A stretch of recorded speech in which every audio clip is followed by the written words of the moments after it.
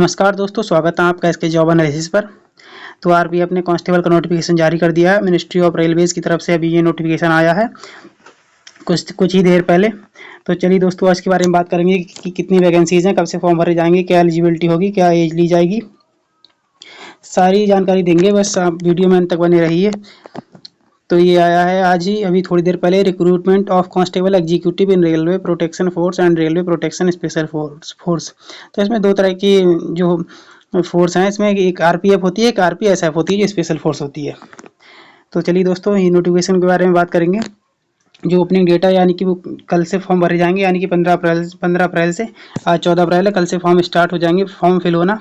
और जो फॉर्म की लास्ट डेट है वो होगी 14 मई 2024। जबकि जो डेट ऑफ मॉडिफिकेशन विंडो यानी correction in application form with payment of modification fees, यानी कि जो आप फॉर्म में कोई गलती हो जाएगी, कोई त्रुटि हो जाएगी, उसको सुधार के लिए आप 15 मई से 2024 से और 24 मई 2024 तक उसमें करेक्शन कर सकते हैं।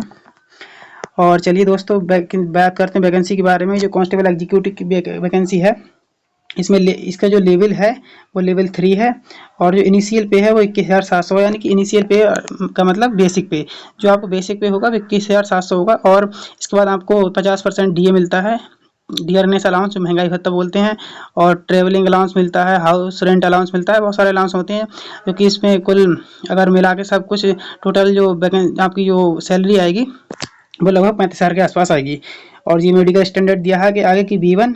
और जो इसमें जनरल की एज होगी वो 18 से 28 वर्ष होगी। जबकि जो कुल वैकेंसीज हैं वो टोटल वैकेंसीज हैं 4208। और इसमें दिया है this includes a relaxation of 3 years in age beyond prescribed age limit as one time measure due to COVID pandemic. तो दोस्तों, ये इसमें 3 साल की एज की जो रिलैक्सेशन दिया गया है, 3 साल की छूट दी गई है एज में, वो इसमें 18 से 28 है। वैसे 18 से 25 होनी चाहिए, लेकिन इन्होंने इसमें इंक्लूड कर दिए, तो 18 से 28 मानी जाएगी जनरल के लिए एज। 3 साल की सभी की कैटेगरी के लोगों को इसमें छूट दी गई है।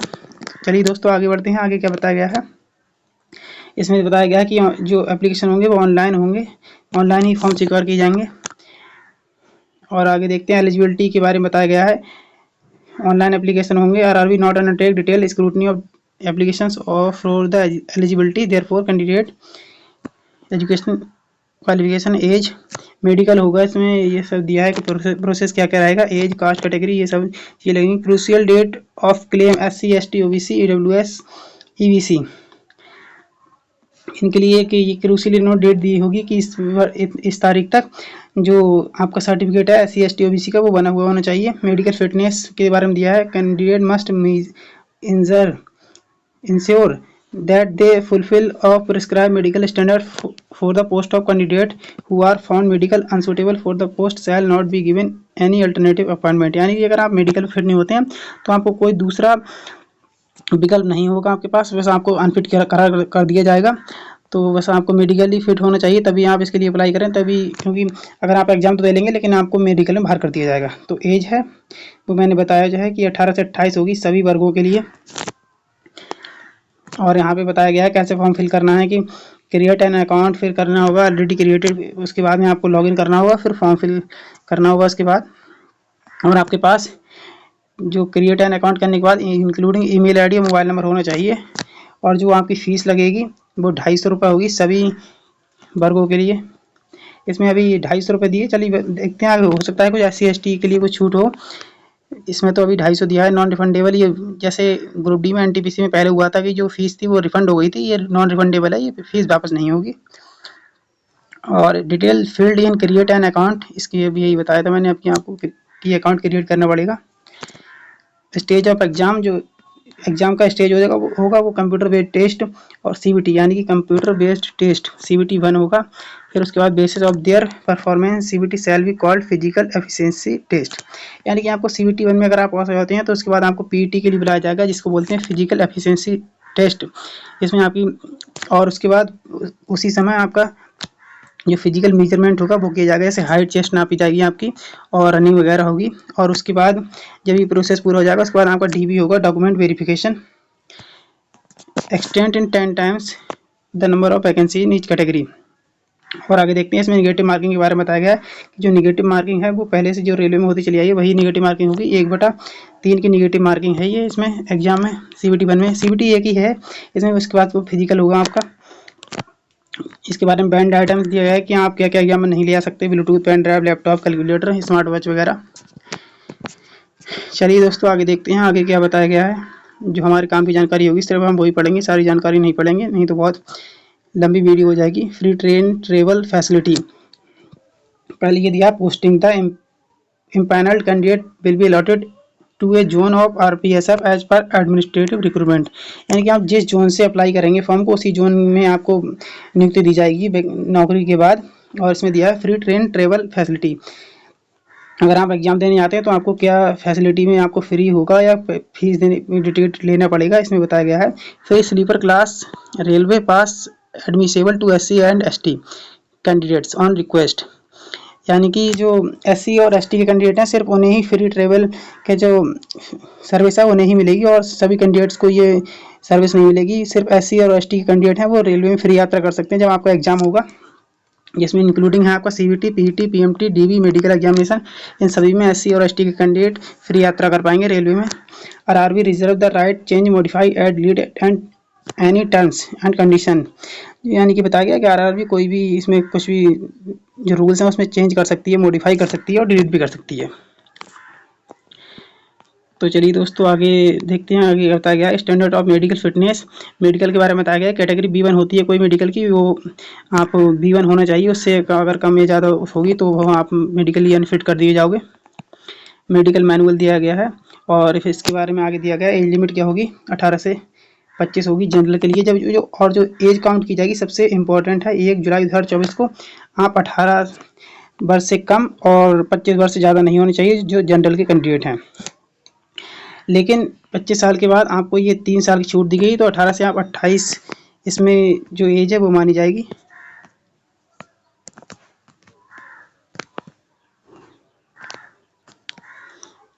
और बाकी जो SC और ST के कैंडिडेट होंगे उन्हें 28 के बाद 5 साल की छूट दी जाएगी। ये 5 साल इसमें दिया गया है।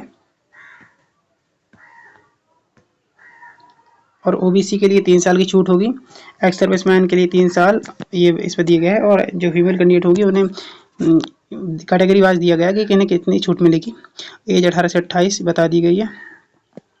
अब आ जाते हैं सबसे इम्पोर्टेंट फीस आपकी क्या रहेगी इसमें। एग्जामिनेशन फीस जो for all candidate except categories mentioned below at SI number 2, यानी कि सभी कैटेगरी के लिए 500 रुपये फीस होगी, जिसमें कि amount and 400 shell be refunded duly deducting bank charges applicable, यानी कि जो 500 रुपये आपसे लिए जाएंगे फीस में, जिसमें कि 400 रुपये आपको वापस कर दिए जाएंगे। और SC और ST कैंडिडेट एक्स सर्विसमैन होंगे, फीमेल या minority economical backward class EBC होंगे, तो उनके लिए फीस सिर्फ 250 रुपये होगी, यानी कि आधी फीस होगी उससे। This fee will up to 50 shall be refunded duly deducting bank charges as applicable on appearing in CBT, यानी कि ये जो फीस है वो रिफंड तभी होगी जब आप एग्जाम में अपेयर हो जाएंगे। अगर एग्जाम आप नहीं देते तो उसके बाद आपको रिफंड नहीं मिलेगा, तो ऑनलाइन पेमेंट कर सकते हैं, इसके बारे में बताया गया है। और आगे देखते हैं क्या है, क्या जानकारी दी है आगे हमारे काम का क्या है वही देखेंगे सर। और जो कंप्यूटर बेस्ड टेस्ट होगा CBT होगा उसके लिए आपको 90 मिनट मिलेंगे, जिसमें क्वेश्चन आपके 120 आएंगे, 1/3 की निगेटिव मार्किंग होगी।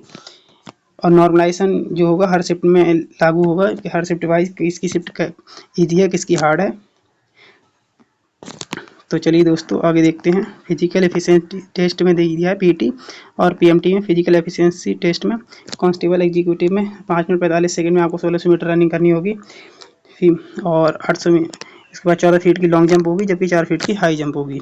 और वहीं फीमेल के लिए रनिंग के लिए कुछ टाइम नहीं दिया गया है, लेकिन यहाँ पे उन्हें 1600 मीटर रनिंग नहीं, लेकिन उन्होंने 800 मीटर रनिंग करनी होगी 3 मिनट 40 सेकंड में। लॉन्ग जंप होगी उनके लिए 9 फीट होगी और हाई जंप 3 फीट की होगी।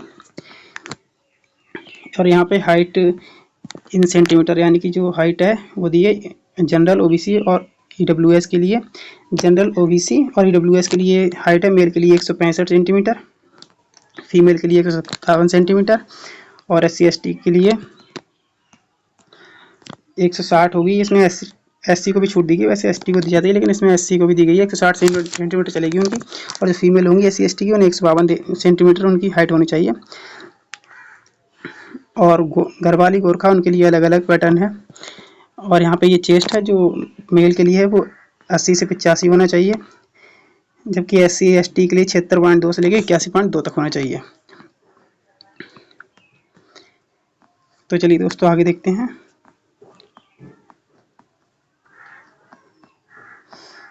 आगे क्या बताया गया है।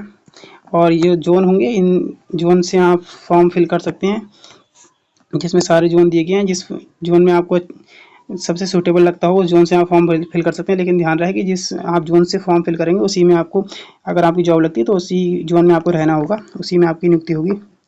जनरल गाइडलाइंस दी हैं ये एप्लीकेशन से संबंधित। इनवैलिड एप्लीकेशंस रिजेक्शन कर दी जाएंगी अगर आपने गलत फॉर्म फिल किया है। और रिकॉल लेटर इसके बारे में दिया है। यूज ऑफ अनफेयर, अगर आप कुछ भी गलत तरीके से अनफेयर प्रैक्टिस करते हैं एग्जाम के टाइम तो उसमें आपको डिसअपीयर कर दिया जाएगा।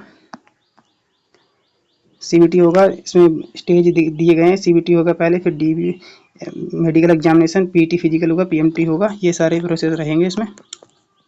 रिजर्वेशन मिलेगा कैटेगरी वाइज आपको। रेलवे जोन्स ये दिए गए हैं।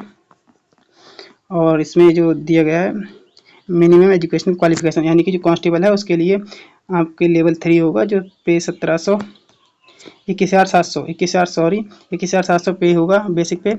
और मेडिकल स्टैंडर्ड B1 होगा, जबकि आपके लिए कांस्टेबल के लिए सिर्फ 10th पास चाहिए। इंटर आप पास नहीं भी हैं, लेकिन 10th पास है और आप 18 साल पूरी कर चुके हैं तो आप फॉर्म फिल कर सकते हैं इसमें। और जो सारी इसमें वैकेंसीज़ के बारे में दिया गया है कि किस कैटेगरी के लिए कितनी वैकेंसी है, जबकि इसमें दिया गया है पहले मेल के लिए दिया गया है जनरल के लिए 1450, SC के लिए 536, ST के लिए 268, OBC के लिए 966, EWS के लिए 357। टोटल पोस्ट होंगी जो मेल के लिए 3577 होंगी, यानी 3577। और फीमेल के लिए 256 होंगी। जनरल में SC के लिए 95, ST के लिए 47, OBC फीमेल के लिए 170, EWS फीमेल के लिए 63। टोटल जो वैकेंसी होंगी फीमेल के लिए 631 होंगी। और जो एक्स सर्विस मैन होंगे उनके लिए 10% वैकेंसी अलग से रिजर्व रखी गई है, जो कि वैकेंसी 420 होती हैं उनके लिए। इसके बाद में ये फॉर्मेट दिए हैं सर्टिफिकेट के, कैसे सर्टिफिकेट लाना है। बाकी दोस्तों जो सब खास जानकारी थी, मेन जानकारी थी आपको, वो सब प्रोवाइड करा दी गई है। अगर फिर भी आपको कोई क्वेश्चन हो तो आप कमेंट कर दीजिएगा, उस पर आप वीडियो बना के मैं बता दूंगा या कमेंट में रिप्लाई कर दूंगा। और भी कोई अपडेट ऐसी ही आएगी तो आपको तुरंत अपडेट दी जाएगी। बाकी की जानकारी के लिए आप SK जॉब एनालिसिस को सब्सक्राइब कर लीजिए और वीडियो को लाइक शेयर जरूर करें। धन्यवाद।